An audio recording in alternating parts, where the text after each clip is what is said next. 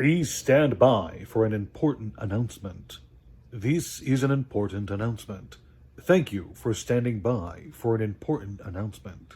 Hey there, kids, and welcome back to the channel. I'm Uncle Frank, and that you are having a great day. And in today's video, we are going to be sitting back in my very squeaky chair and having a conversation about anecdotal experiences. You see, I've got a little story for you kiddos today. Earlier today, I ended up at one of my local card stores, and I could not help but notice as I went inside that the place was absolutely packed. It's hard to move around in there. There was a lot of people there today. There was a tournament going on, had to have been like 26, maybe 28 people participating in this tournament. And this is not a large store, so 26 people plus regular shoppers milling about made for a very cramped experience, okay? And these players, they were not Magic players. They were not Pokemon players. They were not Flesh and Blood players or Star Wars or Arcana or Digimon or anything like that. No, these were Yu-Gi-Oh players. Yu-Gi-Oh, the game that I take jabs at very often on this channel. Yu-Gi-Oh, the game where most products released in 2025 have failed to stay above MSRP. Yu-Gi-Oh, the game where if you watch some of the videos on YouTube, it seems like every other day Konami is making a giant mistake with the game. Power creep, terrible rule changes, divisive reprints, all kinds of crap. The reason this struck me as particularly odd and gave me pause to think was that this was the biggest tournament turnout I had seen at this store in a long time. It's kind of crazy, honestly, when you take a break and pause and think, you know, I can't help but notice that Pokemon attendance at this location has gone down. Magic attendance at this location has gone down. Yu-Gi-Oh attendance at this location has gone up. One Piece has stayed more or less the same. I thought that was interesting. I thought that was very interesting because by all metrics, Yu-Gi-Oh is a failing game, but here we have a local event that is one of the most popular I've seen. More popular than all the other card games at the store. In fact, I would hazard a guess that it's more popular to play Yu-Gi-Oh at this particular location than Pokemon and Magic combined. It's crazy. And it's not like there's not people turning out for Pokemon and Magic events. You know, the Final Fantasy pre-release, I attended that at this location. It was also cramped, but not nearly as so. Same with Destined Rivals. Cramped, but not this cramped. And it got me thinking, you know, in the last few months, especially since November of last year, it seems like less and less people have been turning out to attend local casual tournaments for Magic and for Pokemon. At all the stores I've attended, certainly, but this one is the one I'm going to talk about. However, while attendance for Magic and Pokemon is down, Yu-Gi-Oh attendance seems to go up. In fact, I'm worried that the next time there's a slightly larger tournament, I won't even be able to like squeeze my fat butt through the door. It's a genuine concern I have.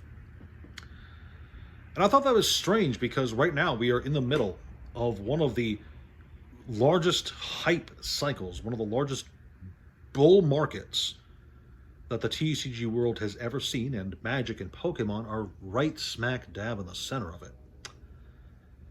And here we have an example of a place that, yeah, Magic's doing very well here. Pokemon's doing very well here, but Yu-Gi-Oh, which is not purportedly doing very well anywhere, is the most popular game to play.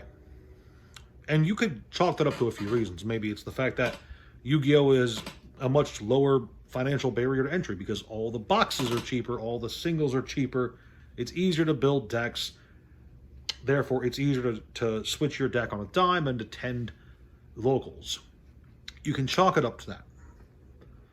That's a very easy assumption to make. In fact, when I first thought about this, that was the assumption I came to. Okay? Basically,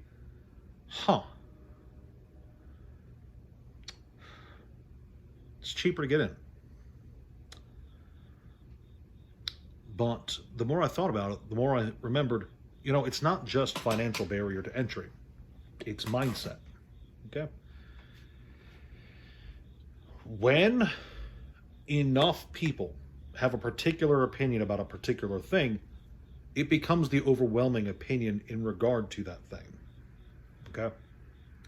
For example, if enough people think a historic event is a good thing, then it becomes a good thing.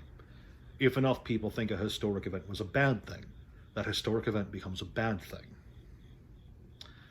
The same is true of different kinds of opinions for different kinds of topics. If enough people see Pokemon as just a financial investment, then Pokemon becomes a financial investment. If enough people see Magic the Gathering as just a fancy Universes Beyond collector's item, then it becomes just a fancy Universes Beyond collector's item. If enough people aren't interested in playing the game because they're too interested in collecting it or investing in it, then it slowly stops becoming a game to them, and it slowly shifts into being a collectible or an investment. Meanwhile, where Yu-Gi-Oh! Has seemed to thrive is the fact that not a lot of people see it as an investable item because, look at it. Not a lot of people see it as a collectible item because all the new Yu-Gi-Oh! Sets are barely collectible. So a lot of the people who are engaging with Yu-Gi-Oh! See it as one thing and one thing only. The game that it is. Which definitely does, I believe, in my opinion, help to shape the current state of those games for what they are as games. If enough people think of Magic the Gathering as just the EDH game, for instance, then you could have a period of 6 years where EDH really is the only way people engage with Magic the Gathering. And I thought that was interesting. I thought it was interesting to think about, just how the community mindset towards a thing can influence how people engage with that thing. And it's not just card games, it's also video games. There's way too many people who look at video games as this activity that they have to share at all times. There's thousands of channels popping up all the time trying to showcase and live stream and share the video games that they're playing. They're not just playing the game to play it and have fun and try to enjoy them. They're trying to hunt achievements or, get the biggest live stream audience. Because to them, video games are more than just a game. They have become a parasocial vehicle. Interesting thing to think about. This video doesn't really have a point. I just wanted to share a little bit of anecdotal oddities with you. At this one local store, Yu-Gi-Oh! Is by far the most popular tournament, where Magic and Pokemon, despite all other things going their way in the market, being much less popular in terms of overall tournament turnout. And I just thought that was kind of interesting, and I wanted to share that with you. There's no lesson here. There's no deeper meaning to this video. It's just, I thought that was neat. I thought that was worth sharing. Anyway, I suppose this counts as a blog video now. Thank you guys so much for watching. Please like, share, subscribe.